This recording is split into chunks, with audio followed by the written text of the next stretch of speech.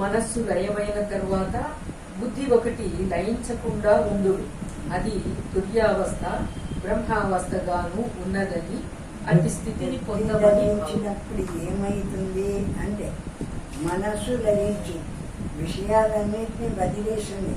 బయట ఉన్న చూస్తూ ఉన్న విషయాలు, అనుకున్న విషయాలు అన్నీ వదిలేసి ఈ మనస్సు ఒకటి అన్ని వదులుతూ వచ్చింది. కానీ అప్పుడే మనస్సును కూడా మనస్సు వదిలిన తర్వాత ఈ జ్ఞాన స్వరూపమైన పరమాత్మ ఉండే జ్ఞానమాత్రంగా ఉన్నాను అనేటువంటి బుద్ధి ఒకటి నిల్చుంది. ఈ జ్ఞానము నా స్వరూపము, ఈ నేను బ్రహ్మము, ఈ నేను పరమాత్మను అని బ్రహ్మమాత్రంగా నిలిచినటువంటి బుద్ధి ఉందే, ఆ బుద్ధి తురీయ స్థితి, 4వ స్థితి. ఈ శరీరానికి, ఈ జాగ్రత్త, ఈ స్వప్నం, సుషుప్తి వీటికి చెందింది కాదు. వీటికన్నిటికీ అతీతమై ఏ బ్రహ్మస్వరూపం సర్వవ్యాపకంగా ఉందో ఆ సర్వవ్యాపకంగా ఉన్న బ్రహ్మమై నిలిచి ఉంది. ఇప్పుడు నా బుద్ధి ఉంది కానీ నేను ఇంద్రియాలతో ఏ పని చేయలేదు. నేను నిద్రపోయినానా, బుద్ధి కూడా లయించినప్పుడు నిద్రలోకి పోతాడు.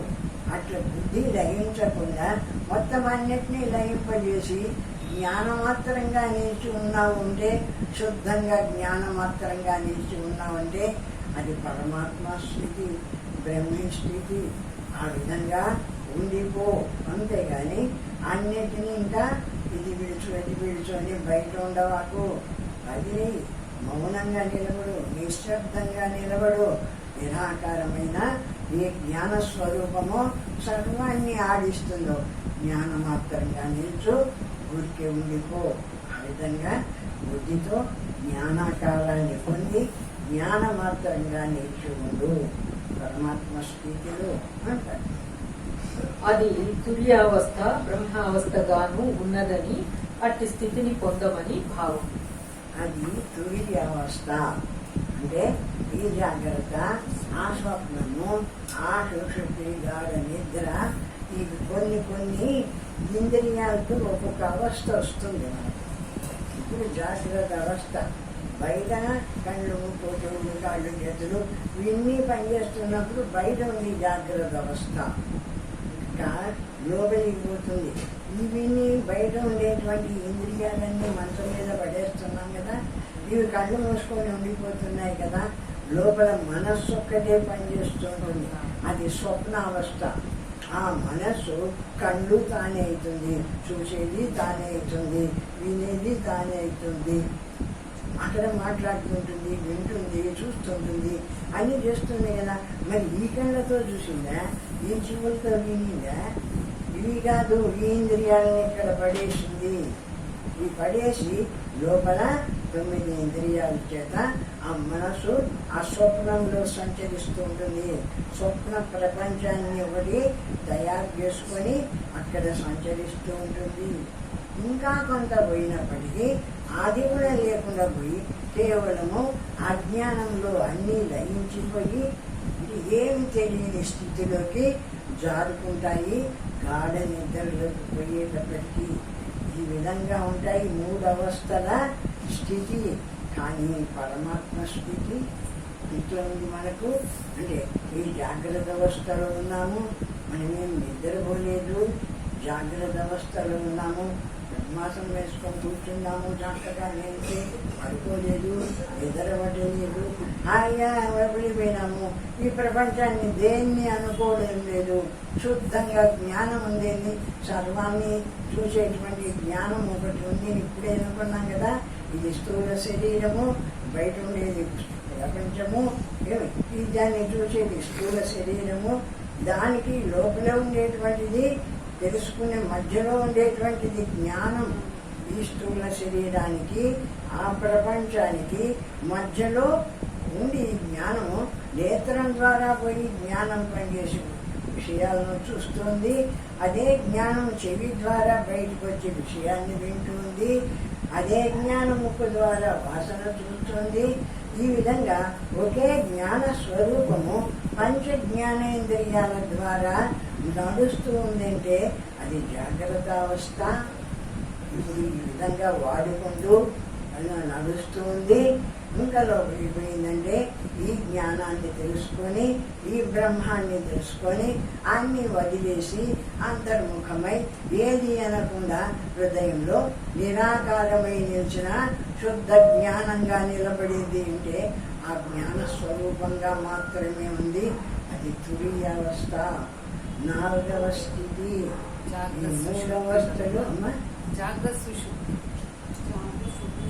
సుషుప్తి అవుతుంది ఆ అవస్థ. జాగ్రత్త సుషుప్తి అంటారు కదమ్మా తుర్యావస్థని.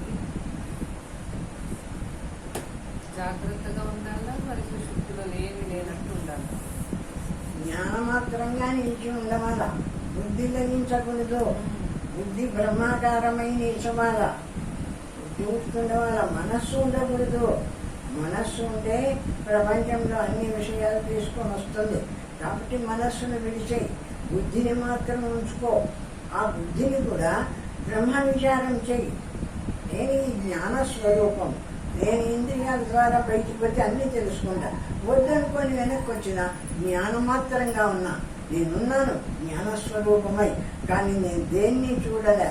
ఈ నేను జ్ఞానస్వరూపమైన నేను పరమాత్మను అని నా బుద్ధి వృత్తి ఆ జ్ఞానస్వరూపాన్ని పొంది, జ్ఞానాకారాన్ని పొంది బ్రహ్మాకార వృత్తి అంటారు. ఏమంటారు? బ్రహ్మాకార వృత్తి అంటే బుద్ధి ఉంది, బ్రహ్మాకారాన్ని పొందింది, పరమాత్మ ఆకారాన్ని పొందింది. ఏ విషయాన్ని చూడలే, ఏ ప్రపంచాన్ని చూడలే, తన దేహాన్ని ఏది అనుకోలే, నిరాకారమైన బ్రహ్మమని నిలిచి ఉంది.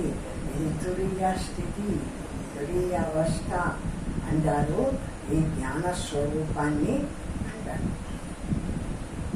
ఆత్మన్యతీత సర్వస్మాత్ సర్వరూపే వర్తతే ఓ బంధః కశ్చ వా మోక్షో నిర్మూలం మననం కురు. ఓయి మునీశ్వర, నిజమైన నీవు అగుపడే నామరూపములుగా ప్రపంచము కన్నా వేరుగానున్న ఆత్మలయందు ఉండటం కానీ, లేక సకల భూతములందును చిదాత్మగా కలిసి ఉండటం కానీ కలిగే పక్షమందు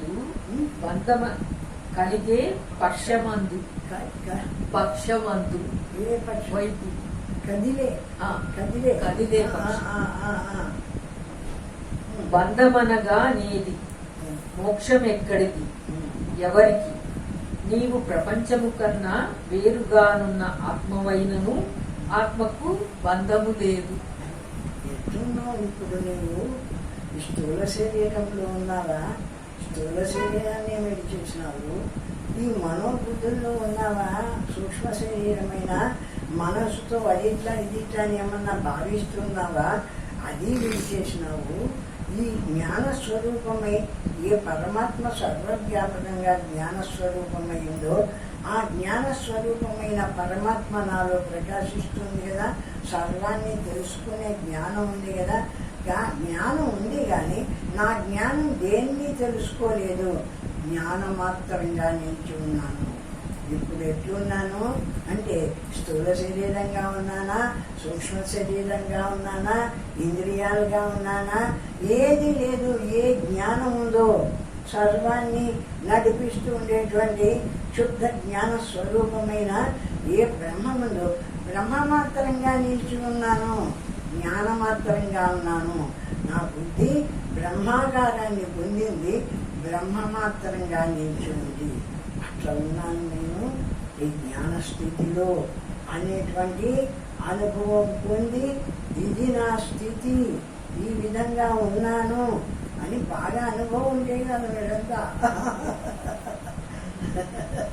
ఊరికే వినిపోవడం కాదు, కూర్చోవాలి. ఈ కొద్ది ఏం జరిగింది పాఠంలో, ఏమి దేన్ని చెప్పినాడు, దేని గురించి, అది ఎట్లా కలుగుతుంది చూస్తాం. ఆ విధంగా ప్రయత్నం చేసి తెలుసుకోవాలి. అది కాక అంతటా కలిసి ఉన్న బంధ మోక్షములు నీకు లేవు. అదే ఈ శరీరంతో సంబంధించిన ఒక బంధం కానీ ఎవరికైనా సంబంధం ఆనందం కానీ నీకు మోక్షం కానీ ఏదీ లేదు. బ్రహ్మమై నిలిచినావు.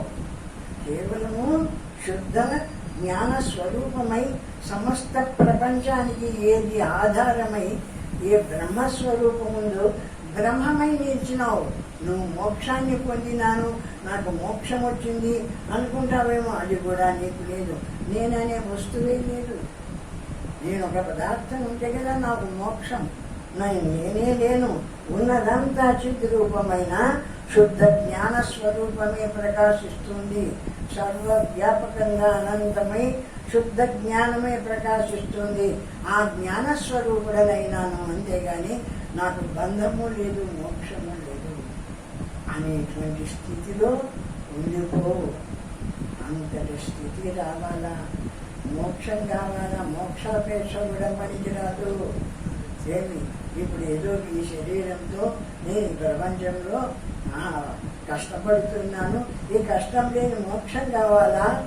అది కూడా వద్దు. జ్ఞానమాత్రంగా నిలుచు, శుద్ధ బ్రహ్మమై నిలుచు. ఉన్నదేది ప్రపంచానికంతా ఆధారమై ఈ జగత్తునంతా ఏది నడిపిస్తుందో ఆ జ్ఞాన స్వరూపమైన పరమాత్మ ఏదుందో ఆ బ్రహ్మం నా స్వరూపం అనుకొని ఆ బ్రహ్మంలో కలిసిపో.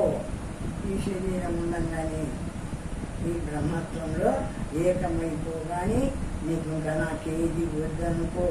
ఆ స్థితిలో ఉండిపో. బ్రహ్మ మాత్రంగా నిలిచి అంటున్నారు. ఈ బంధమోక్షములకు మనస్సే కారణం కనుక మా మోక్షం అబ్బా నాకు మోక్షం వచ్చింది, నాకు ఇంక ఏ జన్మ లేదు అనుకునేది కూడా మనస్సే. లేదు ఇప్పుడు నేను బంధంలో ఉన్నాను, నాకు ఈ సుఖ దుఃఖాలన్నీ అనుభవింపబడి, అది మనస్సే. అటువంటి మనస్సునే వదిలేస్తున్నావు. మనస్సునే వదిలేస్తే బంధమోక్షాలు ఇంకెక్కడ ఉన్నాయి? ఉన్నదంతా శుద్ధ జ్ఞాన స్వరూపమే కదా. ఆ జ్ఞానము అఖండమై సర్వవ్యాపకంగా ఉంది. ఆ బ్రహ్మమై నిలిచినావు. అంతేగాని నేను మోక్షాన్ని పొందినాను అనుకోలే, నేను బంధంలో ఉన్నాను అనుకోలే. నీకు బంధము లేదు, మోక్షము లేదు. ఈ బంధ మోక్షాలు తెలిపేటువంటి ఈ మనస్సే లేదక్కడ. దానంతా చిత్ రూపమైన జ్ఞానస్వరూపమైన పరమాత్మ ఒక్కటే ఎక్కడ ప్రకాశిస్తోంది. ఆ విధంగా ఉండిపో అంటారు. ఈ బంధమోక్షములకు మనసే కారణము కనుక దానిని నశింపజేయుము. ఎందుకు? ఇప్పుడు బంధంలో ఉన్నాను అనేది మనస్సే. ఇప్పుడు ఆ వదిలిపోయి నేను బ్రహ్మత్వాన్ని తెలుసుకున్నాను, నేను మోక్షాన్ని పొందినాను అనుకునేది కూడా మనస్సే. ఈ రెండింటినీ మనస్సునే వదిలేస్తే బంధం లేదు, మోక్షం లేదు. ఏ బ్రహ్మము సర్వవ్యాపకం ఉందో అదే ఉంది, ఆ బ్రహ్మమే ఉంది. ఇతరమంతా ఉన్నట్టు కనిపిస్తూ దాటిపోతూ ఉండేదే కానీ ఇదంతా ఉంది అనుకోనక్కర్లే, దీన్ని దాటినాను అనుకోనక్కర్లే, ఏది అక్కర్లే. ఉన్నది బ్రహ్మము. అహం బ్రహ్మాస్మి శివోహం అయమాత్మ బ్రహ్మ. ఆ విధంగా బ్రహ్మస్వరూపమై ప్రకాశిస్తున్నాను. నేను బ్రహ్మమై నిలిచినాను, అనంతమై అఖండమై. ఆ విధంగా బ్రహ్మమై నిల్చు. నాకు బంధం వచ్చిందని అనుకోవాకు, మోక్షం ఉంది అనుకోవాకు. రెండింటినీ వదిలేసి ఈ రెండు అనుకునేది ఆ మనస్సే కాబట్టి అంటున్నా. అందువల్లనే నీవు బ్రహ్మస్వరూపుడవగు అని ఉపదేశించి వృత్తి రహితమే మనోనాశం. ఆ మనస్సు లేకుండా పోయి ఆ బుద్ధి కూడా లయించిపోయి బ్రహ్మరూపం పొందేందో అది ఆ విధంగా ఉండిపోవడమే మనోనాశనం అని. వ్యక్తి భావంతో జీవభావంతో ఉండడం అనేది లేకుండా బ్రహ్మమై నిలిచినటువంటి పూర్ణ స్థితి అది అంటారు. ఆశాయాతు నిరాశత్వమభావం యాతు భావన అమనస్త్వత్వం మనోయాతు తనా సంగేన జీవతః. ఓయి ముని, నీవు అసంగ చిద్రూపుడవు. అసంగ చిద్రూపుడవు ఎవరు నీవు? ఈ శరీరమా వచ్చింది, ఏదో ప్రారంభవశాత్తు శరీరం వచ్చింది, అది అనుభవిస్తుంది. ఈ శరీరం కాదు, నువ్వెవరు అంటే సర్వాన్ని తెలుసుకుంటుండే జ్ఞానం కదా నీది ఉండేది. ఆ జ్ఞానస్వరూపుడివి నీవు. ఈ శరీరం నీవెందుకైతావు? నువ్వు కాదు, ఆ జ్ఞానస్వరూపుడివి నీవు అంటున్నాడు.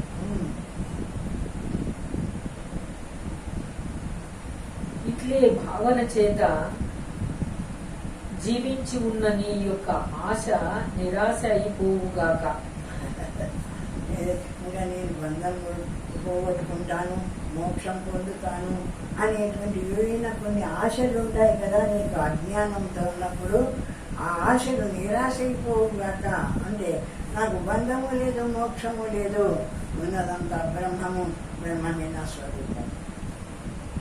నాకు బంధము లేదు, మోక్షము లేదు.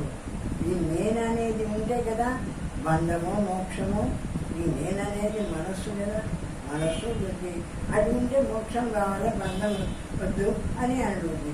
ఏది అనుకోకపోతే ఊరుకుంటే ఊరికి నిలబడి చూడు, నీవు లేనే లేవు, శుద్ధ జ్ఞానం అయిపోయి ఉంది. ఆ జ్ఞానానికి బంధమేముంది, మోక్షమేముంది? అటువంటి జ్ఞానస్వరూపుడే కదా నువ్వు. అట్లానుకో, ఈ బంధ మోక్షాలు కూడా కావాలా అని అనుకోవాకు. నీ మనస్సునే భావన అభావన అయిపోవుగాక. మనము దీవిస్తున్నాడు. నీ మనస్సు బయటకు వచ్చి నాకు బంధం ఉంది, మోక్షం కావాలా, నేను ఈ జపం చేయాలా, నేను ఈ ధ్యానం చేయాలా అని అనుకుంటుంది. ఆ మనస్సు నీకు లేకుండా పోవుగాక.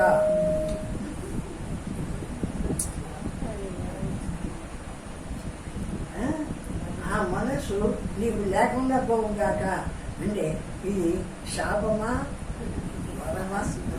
అంటే వరం, శాపం కాదు. ఇటువంటి మనస్సుతో నువ్వు ఇంకా ఇబ్బంది పడకుండా మోక్షాన్ని పొంది మోక్షం అనుకుంటుంది, బ్రహ్మత్వాన్ని పొంది బ్రహ్మముడై నిలుస్తుగాక. ఈ మనస్సు వద్దు, ఈ బుద్ధి వద్దు, ఏది వద్దు, ఈ ప్రపంచం వద్దు. సర్వం వ్యాపకంగా ఏ జ్ఞాన స్వరూపమైన బ్రహ్మముందు ఆ బ్రహ్మమై నిలుస్తుగాక అని మనమన్ను దీవిస్తూ ఉన్నాడు. మనన ధర్మము అనగా వృత్తులు కలదు.